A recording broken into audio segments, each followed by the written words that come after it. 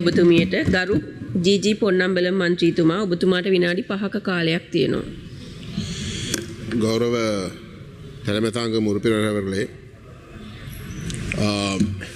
முதல் கட்டமாக இந்த அவசரகால சட்ட நீடிப்பு இன்றைக்கு அந்த நீடிப்புக்குரிய வாக்கெடுப்பு நடைபெற இருக்கின்ற ஒரு சந்தர்ப்பத்திலே நாங்கள் ஒரு வாக்கெடுப்பை கோரி அதுக்கு எதிராக நீடிப்பதற்கு எதிராக எங்களுடைய வாக்குகளை செலுத்த இருக்கிறோம். இந்த அவசரகால சட்ட நீடிப்பு என்றது உண்மையிலே நியாயப்படுத்த முடியாத ஒரு காரியம். இன்றைக்கு அவசரமாக விடயங்களை அணுகுவதற்கு எந்த ஒரு தேவையும் இல்லை. அந்த காலம் அந்த சம்பவங்கள் நடைபெற்ற அந்த அண்டிய காலப்பகுதிக்குள்ளே தேவைப்பட்டதிலே மாற்று கருத்து இல்லை. நாங்கள் கூட அரசாங்கம் ஒரு அவசரகால சட்டத்தை பிரகடனப்படுத்தாமல் இருந்த இடத்துல பிரகடனப்படுத்த சொல்லி கேட்டிருந்தோம். ஆனால் அதுக்கு பிற்பாடு பல மாதங்களுக்கு பிற்பாடு இன்றைக்கு அந்த சூறாவளியை காட்டி தொடர்ந்தும் அவசரகால சட்டத்தை நீடிக்கிறதுக்கு சொல்லுகின்ற நியாயங்கள் ஏற்றுக்கொள்ள முடியாதவை. உண்மையிலே இன்றைக்கு உங்களுடைய இந்த அவசரகால சட்டத்தை நீடிக்கிறதுக்கான பிரதான காரணம் ஜனநாயக ரீதியாக மக்கள் அல்லது அரசு உத்தியோகத்தர்கள் செயல்படுவதை தடுக்கிறது. நீங்கள் ஒரு சூறாவளியை எத்தனையோ மாதங்களுக்கு முன்பு நடந்த ஒரு சூறாவளியை காட்டி நீங்கள் இந்த அவசரகால சட்டத்தை நீங்கள் பயன்படுத்துகிறீர்கள் என்றதுதான் உண்மை.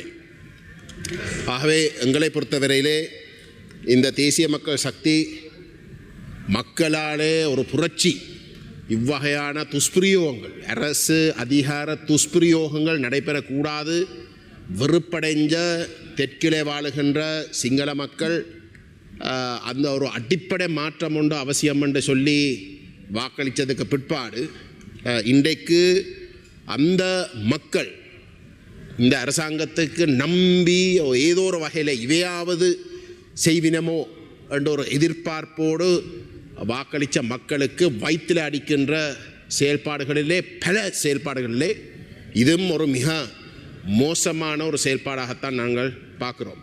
ஆனால் இந்த அவசரகால நீடிப்பை நாங்கள் எதிர்க்கிறதுக்கு இன்னமொரு பிரதான காரணம் இருக்குது. கௌரவ உறுப்பினர் அவர்களே, இந்த அவசரகால சட்டம் பிரகடனப்படுத்தப்பட்ட ஒரு சூழலில் தான் ஒரு இனாளிப்பு தமிழர்களுக்கு எதிராக நடைபெற்றது. அந்த போர்க்காலம் முழுக்க இந்த அவசரகால சட்டம் பிரகடனப்படுத்தப்பட்ட ஒரு சூழலில் தான் அநியாயமாக பொதுமக்கள் வந்து படுகொலை செய்யப்பட்டார்கள்.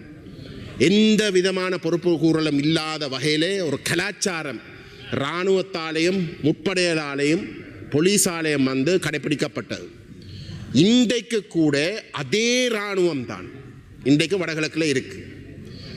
எந்த ஒரு இராணுவ சிப்பாய்க்கு எதிராக கூட பொறுப்பு கூறல் சம்பந்தமாக எந்த ஒரு நடவடிக்கையும் எடுக்காத ஒரு நிலையிலே மாறாக ஸ்ரீலங்கா அரசு அவர்களை பாதுகாக்கும் என்ற வாக்குறுதிகளை தொடர்ச்சியாக வழங்கப்பட்டு கொண்டிருக்கின்ற ஒரு சூழலில் தான் அந்த அநியாயம் நடந்த பின்னணிக்கான அந்த அவசரகால சட்டம் இன்றைக்கும் நீடிக்கப்படுகின்றது.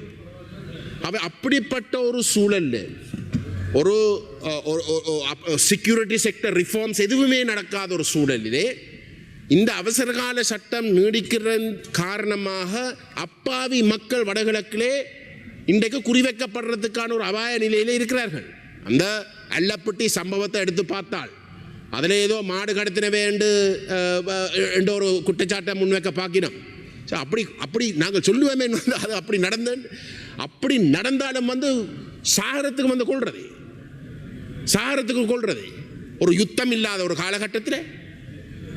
அப்போ இது ஏன் இது நடக்குதுண்டா, தெற்கில் நடந்திருக்குமா, ஏன் இது நடக்குதுண்டால் வந்து ஏனென்றால் அது ஒரு கலாச்சாரம். இந்த அவசரகால சட்டம் இருக்கின்ற பொழுது முப்படைகள் போலீஸ் தாங்கள் விரும்பினதை செய்யலாம், தாங்கள் பாதுகாக்கப்படுவினம் என்ற ஒரு நம்பிக்கை இருக்கு. ஆகவே எங்களுக்கு வந்து உங்களுக்கு சிலவர்களே இங்கே எதிர்ப்பு நடவடிக்கைகள் நடக்கக்கூடாது, ஏதோ ஒரு வகையில் ஜனநாயகத்தை மறக்கணும், அதை கட்டுப்படுத்தணும் என்று நீங்கள் தெற்கில் வந்து நினைக்கலாம், நினைச்சு அந்த முடிவுகளை எடுக்கலாம். ஆனால் வடகிழக்கில் வந்து உயிர் சம்பந்தப்பட்ட விஷயம். ஆகவே நாங்கள் இதை கடுமையாக எதிர்க்கிறோம். அது மட்டும் இல்லாமல் இந்த மீன்பிடி அமைச்சர் மீன்பிடி அமைச்சர் இந்த சபையில் இருக்கின்ற நேரத்தில் நான் சொல்ல விரும்புகின்றேன். நான் கடந்த புதன்கிழமை நான் பேசின பொழுது யாழ்ப்பாணத்தை சேர்ந்த 2 மீனவர்கள் காணாமலாக போனவர்கள், அவர்களுடைய படகுகள் பலதாகி கச்சத்தீவு அண்டின பிரதேசத்தில் வந்து அவர்கள் காணாமல் போனதாக வந்து 6 நாட்கள், போன வெள்ளிக்கிழமை அது நடந்தது. இன்றைக்கு எங்களுக்கு தகவல் கிடைச்சிருக்கிறது, அது உறுதிப்படுத்தப்பட்ட மண்டப முகாமில் வந்து இந்திய கடற்படைகள் வந்து அவர்களை காப்பாற்றி அங்கு கொண்டு சென்றிருக்கிறார்கள் என்று. ஆனாலும் அவர்களுடைய படகுகள் உட்பட அவர்களும் வந்து இன்றைக்கு இலங்கைக்கு திரும்ப அனுப்பப்படவில்லை.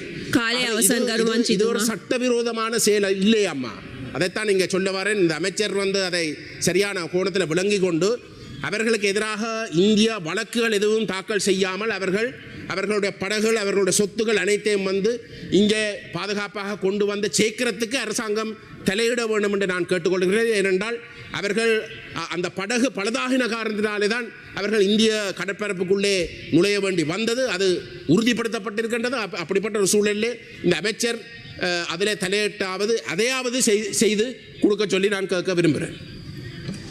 மேலதிக செய்திகளுக்காக எமது யூடியூப் தளத்தை சப்ஸ்கிரைப் செய்யுங்கள்.